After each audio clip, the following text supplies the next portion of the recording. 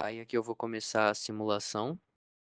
Ele demora um tempo para estabilizar e depois ele vai para uma tela de início e você já pode começar a configurar. Primeiro eu cliquei A para configurar o horário da primeira alimentação, coloquei 5 horas e 7 minutos e salvei na tecla hashtag lá embaixo. Depois eu cliquei no C para configurar a dosagem da alimentação, coloquei 100 gramas, salvei de novo no hashtag. E por último eu cliquei no C para configurar o intervalo que ele vai levar até a próxima refeição.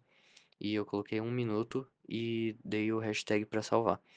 Aí agora a gente vai esperar até chegar no horário que eu programei para o sistema começar a funcionar. Quando chega no horário, dá pra ver uns desenhos em cima do buzzer, que é a música saindo, o alarme sonoro que ele solta quando dá o horário, e o motor começa a girar.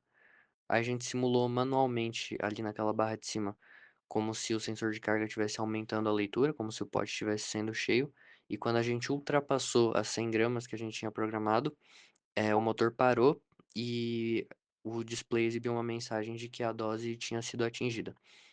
Depois disso, a gente tem que esperar mais 1 minuto, que é o intervalo que eu tinha colocado, para o sistema começar a funcionar de novo. E aí, novamente, o buzzer dá um aviso sonoro e o motor começa a girar. A gente simulou de novo, manualmente, como se a dose de ração estivesse subindo.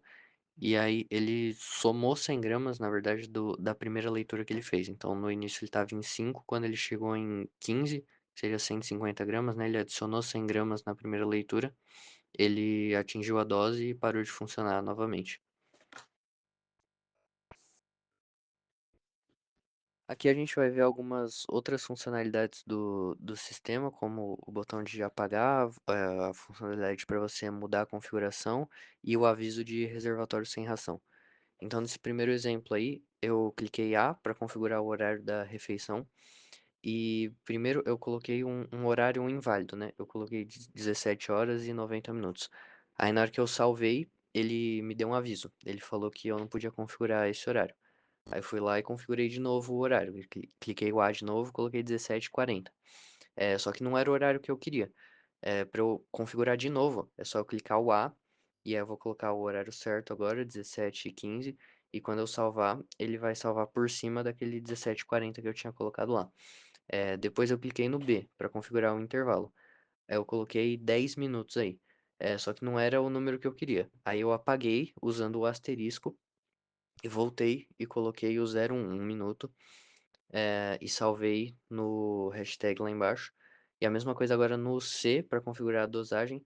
Primeiro eu coloquei 400, mas não era o que eu queria. Aí eu apaguei e coloquei 100 e salvei. Agora a gente tem que esperar o tempo até o sistema voltar a funcionar nas configurações que eu coloquei. Agora o sistema começou a funcionar, só que a gente propositalmente não aumentou a leitura do sensor de carga. E aí quando ele passa um tempo e ele não detecta nenhuma carga, o sistema entende que não está caindo ração porque o reservatório está vazio e ele para de funcionar e emite um aviso no display de que o reservatório está vazio. Então, pessoal, vou explicar aqui o evento do timeout do teclado, certo? Que basicamente é o seguinte: estou aqui, inicializei o sistema e quero começar a configurar, por exemplo, o horário da primeira refeição. Então, eu vou aqui, digito alguns dígitos, certo? Ou não preciso nem digitar nada, basta eu entrar no modo de configuração. E aí, o que acontece? Caso o usuário ele fique sem digitar nada por cerca de 10 segundos, o que acontece? Passado esses 10 segundos, o sistema ele vai disparar um evento de timeout, entendeu? E vai voltar para o estado inicial que ele estava, certo?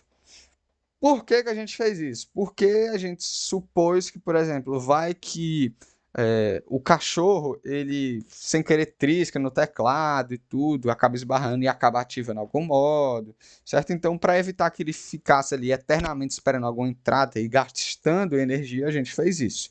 E aí, explicando mais um pouquinho da parte técnica, né, do código, o que é que está acontecendo.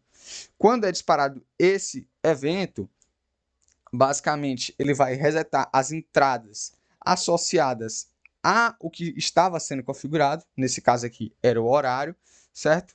E aí ele vai disparar essa mensagem, né? Que é, por exemplo, você demorou muito para configurar, comece novamente. É exatamente essa a mensagem.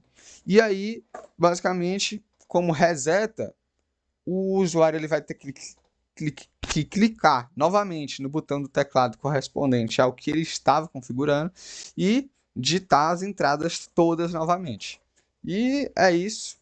Esse evento é um evento bem simples, mas que é fundamental, pensando no ponto de vista de gasto ou até mesmo economia de energia.